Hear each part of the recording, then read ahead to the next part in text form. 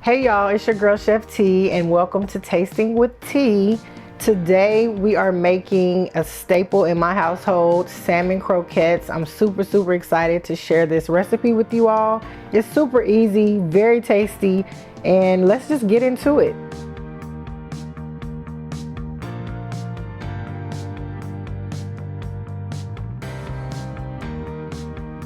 So right here we have some salmon in a can. You can use regular fresh salmon if you like, but I prefer the salmon in a can because it's a different flavor. Here we have some of our ingredients, which I'll have them on my website and they'll be listed so you can follow if you like, but I'll just show you a few that we have. We have some red bell pepper. You can use any color. We have some Italian seasoning, Cajun seasoning, paprika, cayenne, all that good jazz. So we're going to start here, move this over here. We're going to start here first with our Raging Cajun, and then we're going to add our garlic powder and onion powder. We have some paprika and cayenne that we'll add as well. And then we are going to add our hot sauce, and we have mayo as well in here. Like I said, don't worry about the measurements. They will all be listed so you can follow along. We have mustard, just regular yellow mustard. We have some green onion. We have shallot, like Gordon Ramsay might say. Shallots or shallot, however you prefer to pronounce it. Then we have some red bell pepper. Next, we're going in with our Old Bay. We have some Italian seasoning, and you can use any brand, it doesn't matter. This happens to be my personal brand, and I'll give you that information towards the end of the show. We have our Italian seasoning here from our Dust to Dawn site seasonings, and we have our Raging Cajun. We call it the New Bay, like the Old Bay. We're going to use both today. And then we have all-purpose, which I'm adding in here now. And this is our remoulade sauce, so I'm gonna scoot that over. And then lastly, we'll add our last bit of Cajun. We've added all the ingredients, so we're just gonna give it a mix, and we don't wanna like stir it real hard. We wanna fold it, because if you mix it, it'll start breaking up the pieces, and we kinda want it similar to a crab cake. We want it a little bit chunky, but not too broken up. So we're just gonna toss it just like this. And then we're gonna add 1 squeeze of lemon here. And I just quartered these, so you can quarter them like this. It's easier to squeeze it in here. I've already seeded the lemons, so you don't have to worry about that. If you don't do that prior to, you can just put it over a strainer and they'll fall right in. So we're just folding it as you see here, get it all well incorporated. And now what I like to do is get some gloves. You don't have to get gloves, but I prefer them because it can get a little messy. So I'm going to put some gloves on, and we're going to begin forming our croquettes. Stay right here and we'll be right back. I'm going to start forming these, and I'm going to show you how we can form them and get them in the pan. Welcome back, y'all. So as promised, I told you we were going to start to form our croquette balls. This is what they look like, and you just want to do like a palm size. This will allow them to cook evenly and through all the way. So you just want to do something simple just like that. And then we're going to lay it here and just continue to form them. And I'm going to show you what we're going to batter them in. It's a real simple batter. We're going to season it up really nice. It's a lot right there. Take some out. Don't panic if you have too much. Just take a little bit out. The world will not end.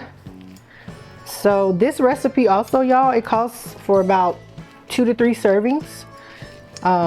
You normally get about 4 to 5 patties, so they're pretty nice size. They're pretty big, so everyone can enjoy it. All right, so we're just gonna form our patties here, as you can see. And then we have enough for a little mini one, so we'll do that one in a second. In the meantime, we have some cornmeal and we have some flour. This is about half a cup of each, you guys.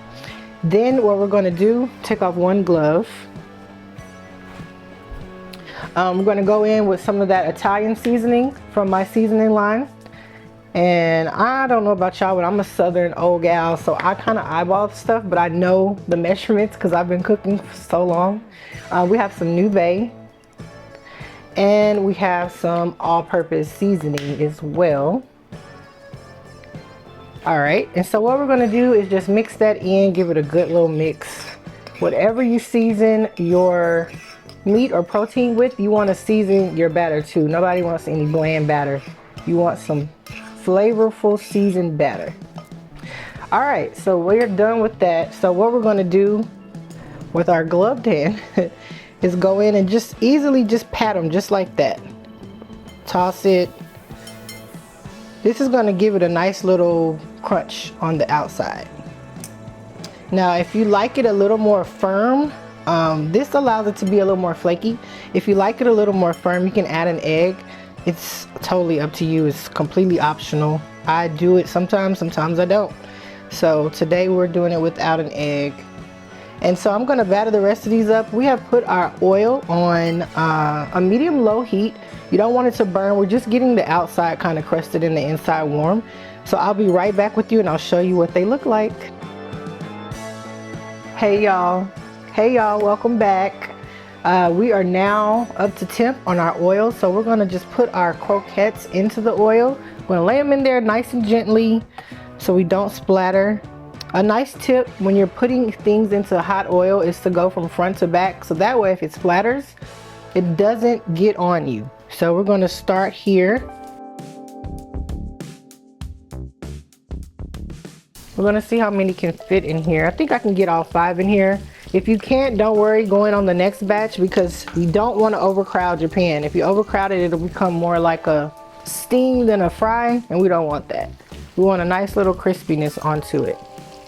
All right, so while that's going, you guys, what we're gonna do next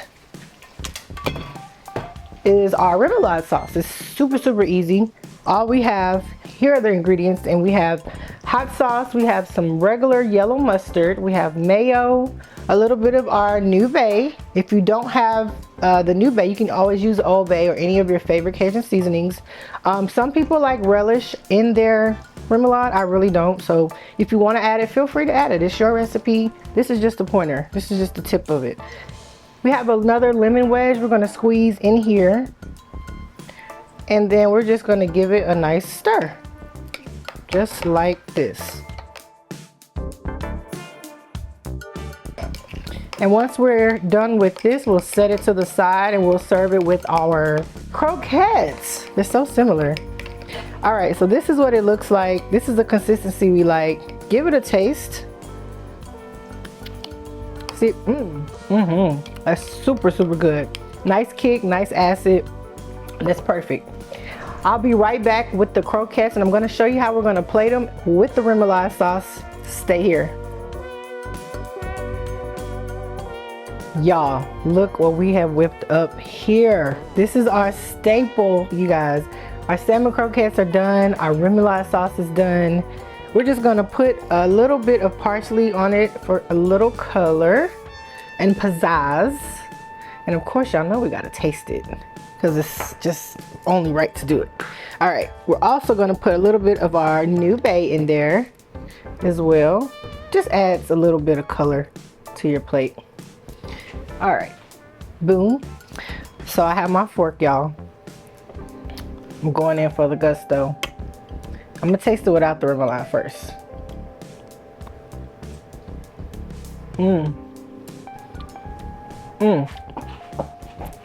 Y'all, you have got to try this recipe. It is so good.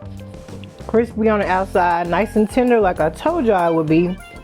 You get the hint of lemon, the spice, you get those hints of bell pepper.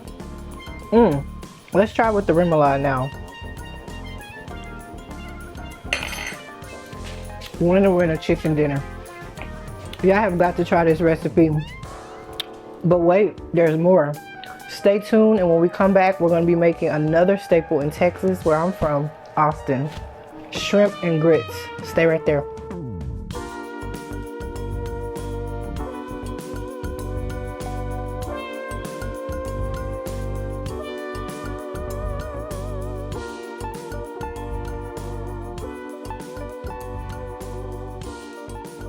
Welcome back to Tasting with Teas. As promised, we are going to make our famous signature shrimp and grits. Y'all, this is a staple on our website. Everybody orders this and it sells out every time we make it.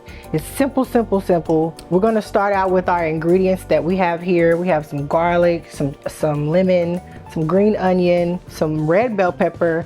You can use red, green, yellow. They all serve the same purpose. Today I'm using red. We have some shallots, we have some Parmesan that we're going to use for our sauce a little later. And then we have our grits ingredients, which is just cornmeal. I like to use the stoneground cornmeal. It gives it a really, really fluffy, buttery texture. So if you've ever in the grocery store, I recommend you get that. Then we have some butter that's going to go in at the end. And then we have some more Parmesan. And I don't know if I mentioned shallots, but we have shallots. This is like a key ingredient. It's very, very good and adds good flavor. So for our shrimp, we're going to go in with a simple seasoning on it. And that is our New Bay Raging Cajun, which y'all, I told you I'm a Southern girl. I'll just be looking. I know when they say, tell me when, that's when we stop. So we have another seasoning of mine. This is our Italian seasoning. We're gonna put a little bit of that in there. And lastly, we have some all-purpose. Now y'all, a quick story on these seasonings. I was very hypertension, had high blood pressure. I couldn't find a good seasoning. I'm like a flavor bomb girl. I couldn't find a good seasoning that had enough pack and punch that didn't have salt. So I just went in the lab and started creating my own. And once I got it tested and everything, voila, I ended up with my own seasoning line. It's very flavorful. It's on our website. I'll let you know at the end where you can find it. And just like that, that's all we need. So our pot has been preheating, you guys, on a medium-high heat because we want a nice sear. Again, we're not boiling our shrimp, we're getting a nice sear on it. So we have a little bit of olive oil we're gonna put on there. Another good trick, y'all, if you're adding butter to anything, olive oil prevents it from burning. So if you ever add butter to a hot skillet, add a little bit of olive oil and it'll help prevent it from burning. That's what you wanna hear, y'all, the sizzle. We're gonna let that kind of melt in there. Now, if I didn't put the olive oil in, y'all, it would have burnt already and you would have had brown butter shrimp and grits. That's not what we're looking for. So we're just gonna melt that. And then we're gonna go in with our shrimp. Just like that. And just kind of spread them out and make sure they're evenly distributed in the pot. That way you get a good color on all of them because it's gonna matter at the end for your presentation. All right, so I'm gonna get those going right there and then we'll be back and I'll show you how we're gonna put those grits on the pot.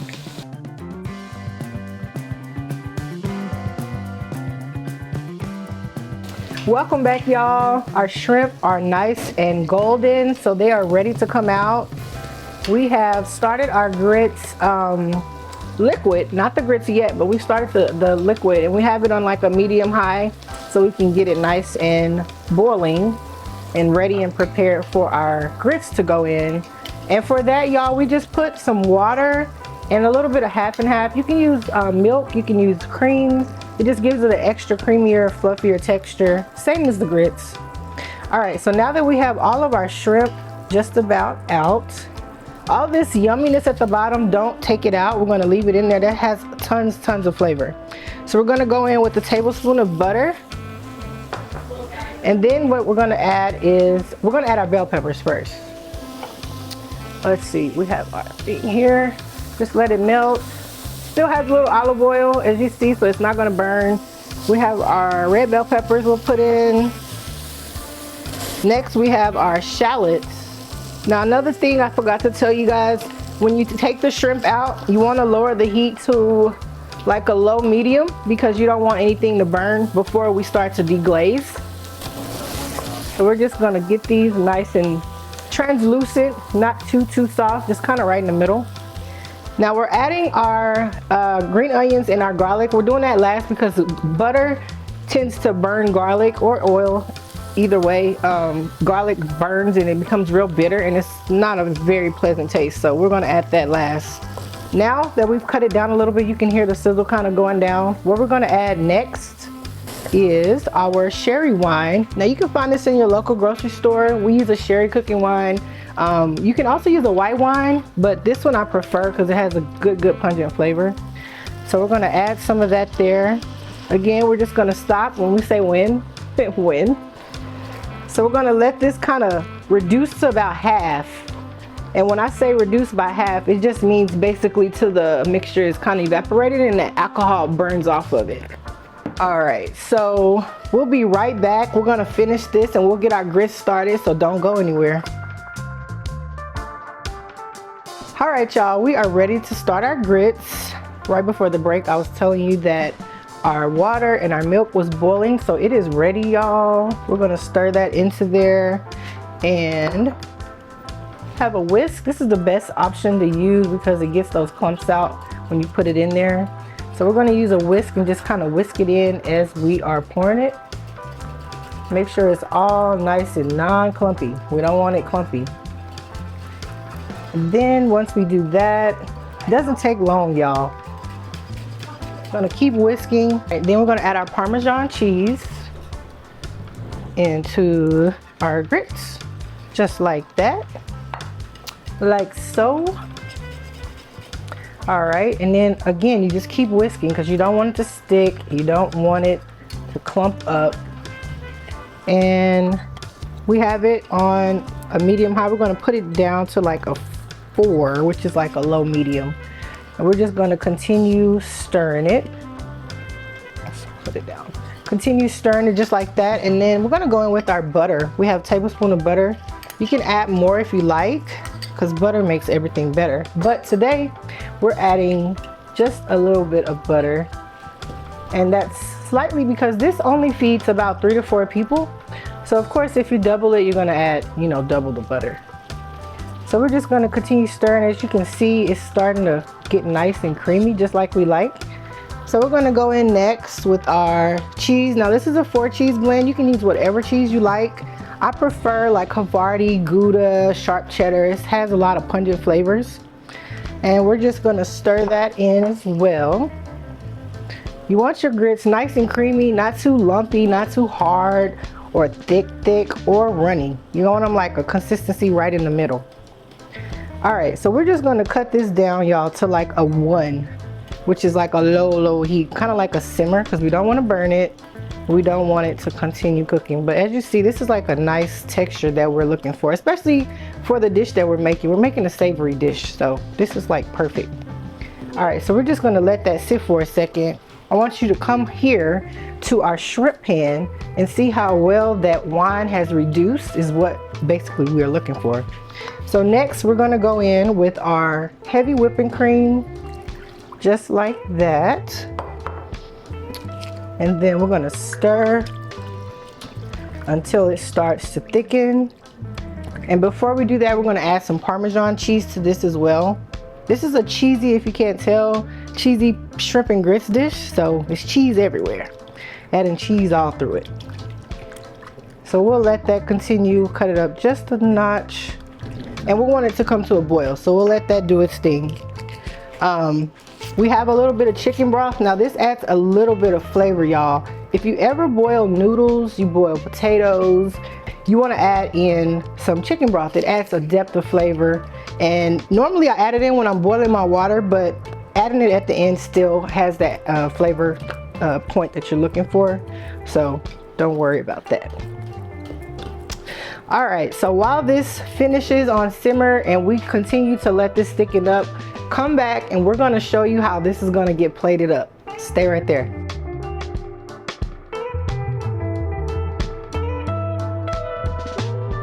All right, y'all, it is time for the moment of truth. We are about to plate our shrimp and grits.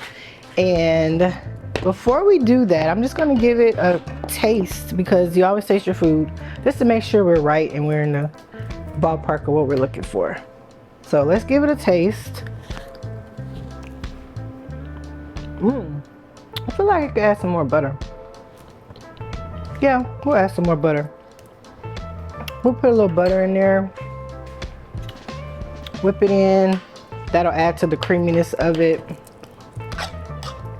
Stir it up just like that. Once it gets melted, let me plate this here. And see, y'all, this is the consistency that you're looking for. It's nice and creamy. It's not too thick, not too runny, and you can see the cheese all through it. Don't worry about that. We're gonna clean it up and make it look real pretty when we're done. So we'll move this back here because we're done with that. Next, we're gonna add some of our shrimp on here. Again, y'all, this feeds like 3 to 4 people. So they'll get about 5 shrimp a piece about, which is typical when you go to like a restaurant or something. So that's what we'll do with that. And then we have our spoon for our sauce. The sauce came out nice and creamy, y'all. Y'all saw how it reduced. Make sure you reduce it, because if you don't, you're gonna end up coming out with like, I don't know, a plate full of alcohol, and you don't want that. Not very good. So we're gonna put this on here, and I really want y'all to follow me and stay tuned. I'm gonna drop in my handles in a minute, but I want y'all to stay tuned because I am gonna have a cookbook, and you can find this recipe, this exact recipe, in my cookbook, Southern Modern Flair. And you can also get our kids cookbook that's going to be coming out called These Kids Is Hungry, because they be hungry when they get out of school. So they can follow along too. The chefs don't always just have to be the parents. All right, so now we get a little napkin so we can make our plate clean. Presentation is everything. We eat with our eyes. Always remember that. All right, so then at the end, what we're going to do is go in. We have those scallions I showed y'all at the beginning. We're just going to kind of put these on there just like that, just for a little color, little pop of color. And then we have a little lemon.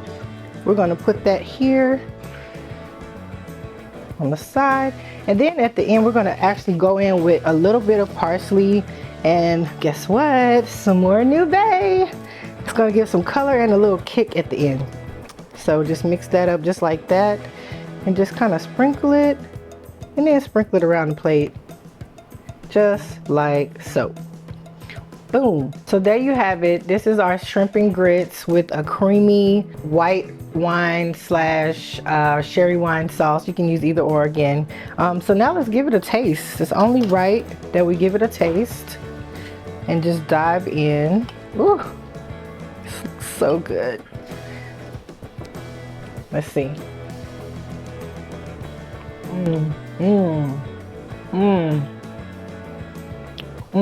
What can I say? It's so good. I wish you were here to taste it. The aroma in here is bananas. If you walked in here, you would really be like, what's that? Grits are creamy. Sauce is impeccable. It's on point. Stay tuned for that cookbook I told y'all about. I'm gonna hop off camera so I can finish digging in. But I'll see y'all in a minute for dessert, so save room. Hey y'all, welcome back. So now we are here. I hope you saved your appetite for a dessert, because I have a special one for you today. This is one of my grandmother's recipes. It's so easy. She has a ton, but this is one of the ones that's a real, easy staple in our family. So here we have some ingredients, which we have some butter, unsalted butter. We have sugar, which we broke up into 2 because we're going to use one for the crust and one for the berries. Then we have a little bit of baking powder and a teeny bit of salt, like 1/8 of salt. Then we have about a cup of some milk, and we have some flour, which this is about 1/2 to a 3/4 cup of flour. So let's jump right in and show you this easy recipe and get started. So we're just gonna put 1/2 of that sugar into the blackberry mixture and just give it a toss just like that. And then we're going to set it to the side. Again, don't worry about the measurements, because you will be able to have that on the site and in that cookbook. So we're going to set this to the side just like that, and just let them get all, married and together. So then next, what we're going to do is make the crust for the blackberry cobbler. While we're doing that, we're going to put the butter into our pan, and we are going to let that melt. We're going to put it in the oven on a preheated oven, about 350 to 375, and we're going to let that melt. So actually, let me do that so we can get that going, and then when I come back, we're going to start on that crust for the cobbler. So stay right there.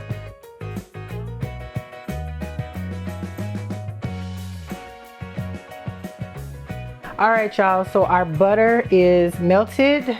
Did you miss me? Because I missed y'all. Our butter is melted. We have our blackberries that have been sitting here in our sugar. Now we're gonna start that crust that we're gonna put into our pan.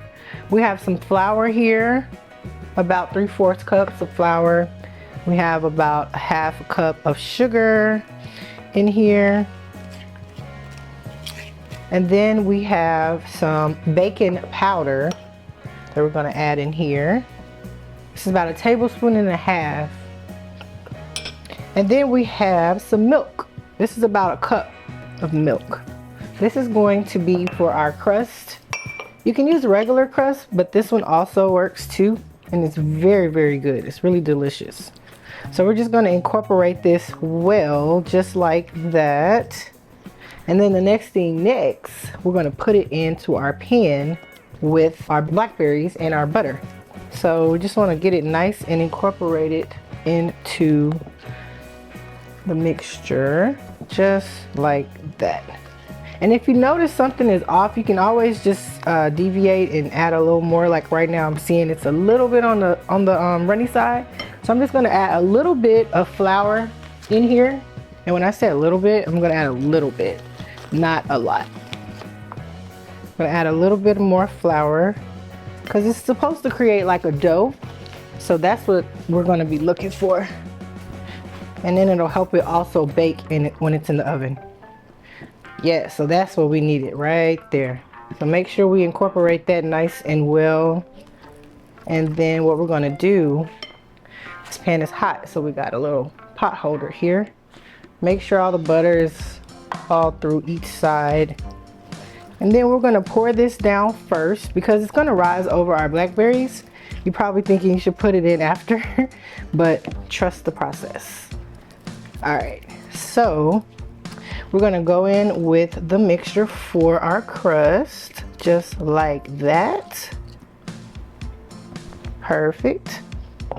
Then, next, we're going to put our blackberries in right after that. Make sure you go in again, make sure that sugar is all coated in there so everything is all together. Spread it out like that. Now our oven has been preheating, y'all, for about, I don't know, 20 minutes or so. So it's ready, it's on 375. We're gonna place this baby in and then we're gonna come back and show you what it looks like, the final product looks like. Don't go nowhere, y'all, because this is really a staple in my heart. See y'all in a minute. Welcome back, y'all. Just to give you a little recap, our blackberry cobbler just came out the oven. It's nice and hot. We're gonna plate this up so you can see what it looks like. It has a nice crust. Oh goodness, it smells so delicious. Put that in there. Now if you want to, you can add a little ice cream. I personally have a little side of ice cream that I'm gonna put right on here. And then you can create like a little a la mode. So we have that right here on top. Boom. Don't get no better than that. My grandma's gonna be so proud of me. So of course we have to go in with a little taste. We're gonna get some of the blackberries, that crust, some ice cream. Let's see.